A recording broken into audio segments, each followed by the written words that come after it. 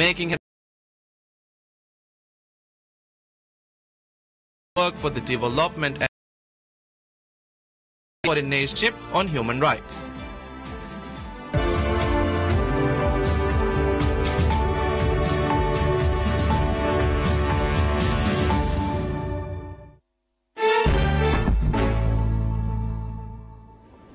Bismillahirrahmanirrahim. The first measure of national development is the citizens' happiness and contentment. In his presidential address at the opening session of the parliament for this year, President Yamin highlighted the government's focus has been on improving economic and social sectors while ensuring the citizens are able to live happy, independent lives where they face no impediments to fulfillment of their daily wants and needs. During the presidential address, President Yamin shed light on the work carried out by the administration, such as the first ever technical assessment of crime in the country produced for years. Moreover, the President said that the largest housing project launched by the government to be completed next year is expected to provide housing to more than 160,000 Maldivians. President Yamin emphasized that the 25-story Darumavanta Hospital will open this year, inclusive of diagnostic center, which would provide a new and improved healthcare services. President Yamin noted that more than 76,000 new job opportunities have been created for youth in his administration and said the milestone was achieved due to the blooming of the Maldivian economy. Concluding the address, President Yamin said that the administration aims to bring vast investments to Maldives and increase the state's ability to develop sustainability. He stated that it is the priority to ensure public welfare and the administration aims to make the Maldives an upper middle income country. Minister of Legal Affairs at President's Office, Azima Shakur, calls on all foreign nations to let Maldives stand on its own feet in the competitive world without being judged by the geopolitics in the region. Speaking on a program aired on Sri Lankan Adaderana TV, Minister Azima noted that being a small island nation with a nascent legal system is a challenge by itself in a world where investments are limited. Briefing on the current geopolitical situation in the country, Minister of Legal Affairs at President's Office, Azima Shakur, stated that Maldives has never constricted the door of investments to any single country. The Legal Affairs Minister refuted all claims that China is the sole investor in Maldives by stating that countries such as Singapore and Thailand have major development projects in the country. Speaking on the program, the minister cited that Maldives, being a small island nation with a nascent legal system, is a challenge by itself in a world where investments are limited. In this regard, Azima Shakur noted the efforts of former President Mohammad Nasheed calling for a foreign military intervention creates a situation of nervousness in the region. Shedding light on the diplomatic agenda of President Abdullah Yamin Abdul Gayoom, Minister Azima highlighted that Maldives currently follows a path of economic development by opening the economy for all foreign countries to invest. Azima emphasized that Maldives aims to become a nation to stand on its own in the competitive world. On this note, she called on all foreign countries to give the benefit of doubt to Maldives to prove itself without being judged by the geopolitics in the region. Continuing on, the minister refuted reports in the international media that claim Maldives has rejected the mediation of United Nations to solve the current political situation. Azima highlighted that United Nations had an active role in mediating the all-party talks in Maldives, but was not successful as the opposition were not ready for such discussions without any preconditions. Speaking on the program about the current political situation in Maldives, former chair of Alliance of Small Island State AOSIS, Robert Van Leerpo, highlighted that Maldives is judged unfairly as double standards are being exercised on small and developing nations. The former chair of AOSIS noted constitutional deadlocks have been witnessed in countries such as Germany, Belgium, UK and even in the US. In addition to Minister Azima and Robert Van Leer, Professor Eugene Tan of Singapore Management University was also on the panel to discuss about the current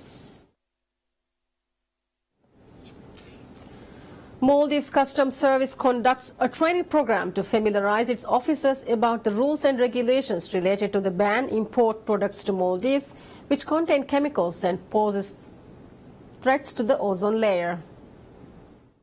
The training program, conducted with the collaboration of Ministry of Environment and Energy, disseminated information on the actions taken to execute the goals in the Montreal Protocol and had discussions on the amendments brought to this protocol. In this regard, the training program focused on the approach of the Maldives to establish Kigali Amendment under the Montreal Protocol. In addition, the training program had segments which highlighted the efforts of Maldives as a nation to constrict import of ozone-depleting products and the responsibility of the enforcement officers in preventing the imports of such products. Addressing the closing ceremony, Minister of State of Environment and Energy, Abdullah Ziyad, said, "Customs officers play a crucial and integral role in executing laws and regulations related to import and export in the nation." In this regard, State Minister Abdullah Ziyad applauded the efforts of the customs officers in upholding the regulations and noted that they also play a major role in fulfilling the pledges Maldives has taken under the international laws. The Montreal Protocol on Substances that Deplete the Ozone Layer is an international treaty designed to protect the ozone layer by phasing out the production of numerous substances that are responsible for ozone depletion. The Montreal Protocol came into existence on January 1, 1987. Environment Ministry and Maldives Customs Service have been exerting major efforts to constrict and ban the import of products which pose a threat to the ozone layer. Ministry of Environment and Energy signs an agreement with Maldives Transport and Contracting Company MTCC to reclaim land to establish a waste management facility in Thilafushi Island. Thilafushi, being an island developed as the hub of waste management, the current administration has been exerting major efforts to tackle the challenges towards achieving the goal. Burning of waste in Thilafushi Island is a major concern of the administration of President Abdullah Yamin Abdul Qayyum. In this regard, the administration has aimed to nullify the burning of such waste by the end of this year and has planned to establish a waste management facility to bring a solution to the issue. Ministry of Environment and Energy has contracted Maldives Transport and Contracting Company MTCC to reclaim land to establish the facility in Thilafushi Island. The agreement was signed by Minister of Environment and Energy Tariq Ibrahim and Deputy Managing Director of MTCC Ahmed Kurik Riza. Briefing the media at the signing ceremony, Environment Minister Tariq Ibrahim said, "The administration is the most successful and the only administration which has tackled major challenges faced in the waste management issues across the Maldives." In this regard, Minister Tariq noted that the administration introduced the first ever waste management policy in the country. According to the agreement signed, MTCC will reclaim a land area of 15 hectares within a period of 8 months. The project is funded by Public Sector Investment Program PSIP budget and would cost over $6.8 million. In addition to the waste management facility to be established in Thilafushi, which would revolutionize waste management in Maldives, incinerators are also expected to be established in the island to manage 500 tons of waste per day.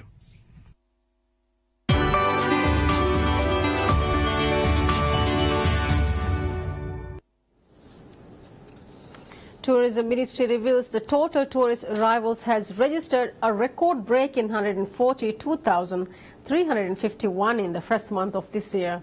This is recorded as a boost of 13.6% compared to January of last year. According to the latest statistics published by Ministry of Tourism, Europe registered the highest amount of tourist arrival to Maldives, which surpassed last year's amount by over 19.5% to reach a total of over 76,000. While Asia-Pacific countries were ranked second in the tourist arrival in the first month of this year, with a progress of about 3.1% increase, culminating to a total of over 52,000 tourist arrivals. America recorded a total of 6,581 arrivals, and Middle East recorded 5,567 arrivals. Countries such as Russia, India, France, US, and Saudi Arabia recorded a significant increase in the total tourist arrivals to the Maldives. On the contrary, Chinese tourist arrivals witnessed a decline. As per information provided by Ministry of Tourism, a total of 43,032 pets have been registered, from which 40,917 beds were used in service last month.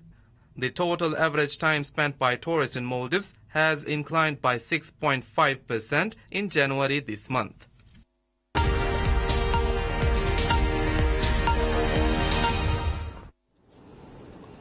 Amnesty International says the crisis in Myanmar had reported massacres of Rohingya Muslims are the consequences of a society encouraged to hate and lack of global leadership on human rights.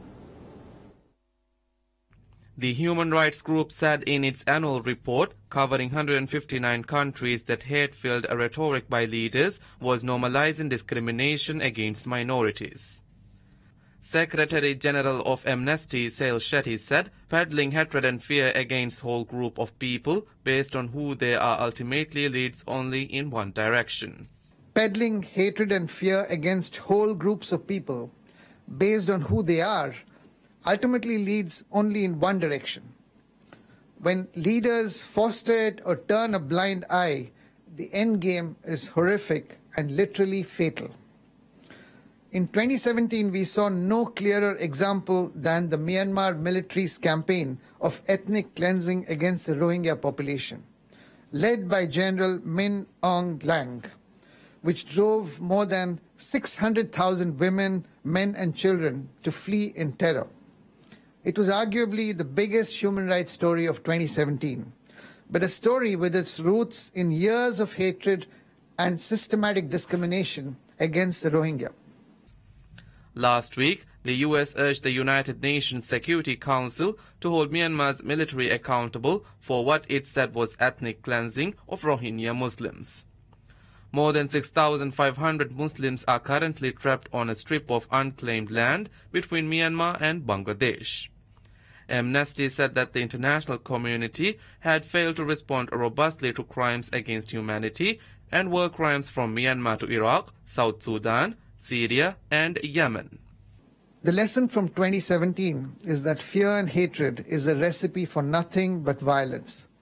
2018 needs leaders prepared to tackle the big challenges, from refugees to protecting human rights defenders, to the precarious nature of many people's access to basic services, instead of simply deflecting responsibility through blame.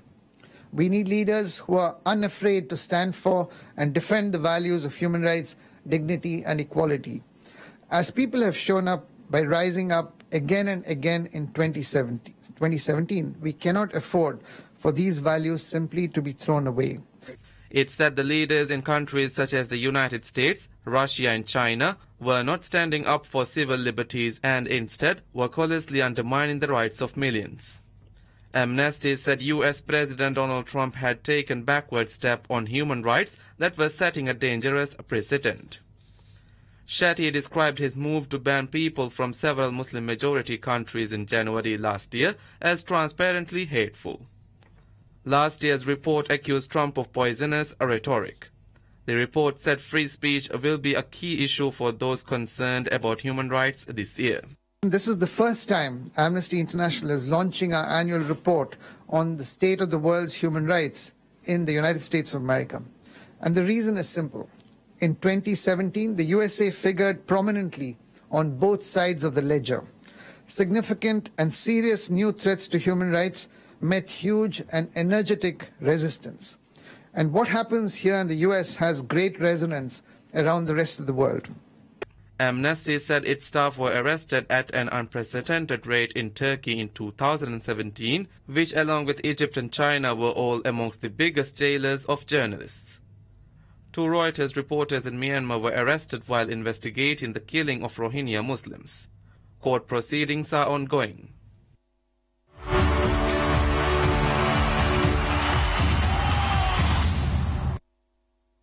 In sports, Jose Mourinho's Manchester United holds Sevilla to a goalless draw in the first leg of their Champions League last 16 tie at the Ramon Sanchez Pizjuan Stadium in Sevilla, Spain. David De Gea helped Manchester United hold Sevilla to a 0-0 draw in the first leg of their Champions League last 16 tie. The Spanish international goalkeeper tipped a header from Steven Zonzi over the crossbar and produced a spectacular one-handed save to thwart Luis Real just before the break. I think the clean sheets are because of the team and because of David.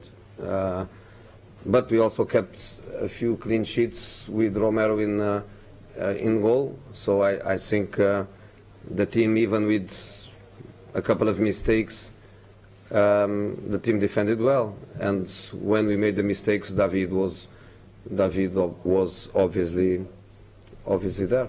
And that's the reason why he is what he is. De Gea's man of the match performance took some of the attention away from the Jose Mourinho's decision to leave United record signing Paul Pogba on the bench. But the Portuguese manager had to bring the French international midfielder onto the field less than 20 minutes into the match because of an injury to Ander Herrera. In one of the United's few chances on the night, Romelu Lukaku put the ball into the net with 10 minutes left, but his effort was ruled out after he controlled the ball with his arm in the build-up. Overall, it was another impressive performance in defense from three-time European champions. Mourinho's men have kept 9 clean sheets in their last 11 matches in all competitions. Sevilla, who have won the Europe's second-tier title 5 times, had not been restricted to 0-0 stalemate at their Raymond Sanchez Stadium in 62 matches in European competition, a record dating back to 2005.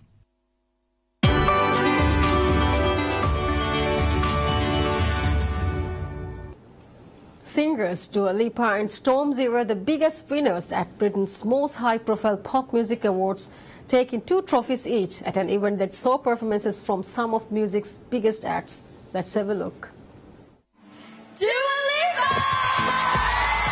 Dua Lipa was named Best Female Solo Artist and Breakthrough Act at the British Record Industry Trust Awards, held in London, while rapper Stormzy won the British Male Solo Artist Prize and British Album of the Year for The Gang Signs and Prayer. To Ed Sheeran.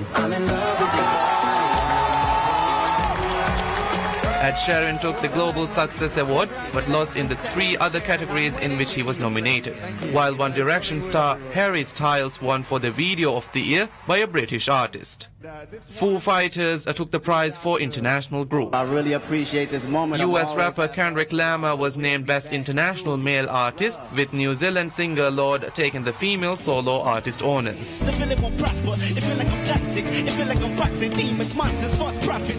The event featured performances from likes of Sharon, Lipa and Lama, who rapped on the top of a glass cube containing a luxury car that was smashed by a man wielding a bat. Other artists went for grand scale.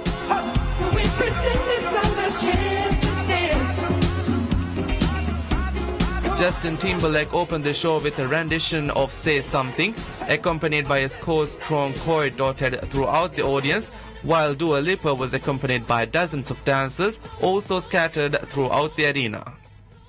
Many of the stars in the audience wore white roses on a red carpet and during the show as the gesture of support for the Time's Up and Me Too movements against sexual harassment and abuse and supporting women's rights.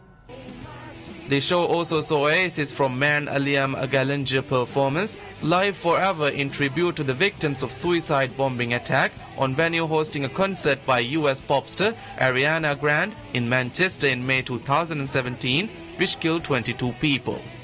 British media outlets reported that Gallagher had been added to lineup at the last minute to replace a planned tribute performance by Grande, who dropped out due to illness. You got to see the person I have become. Spread your wings and I know the wind. With that, we conclude the news for this bulletin. Thanks for joining. Have a pleasant day ahead. Bye-bye.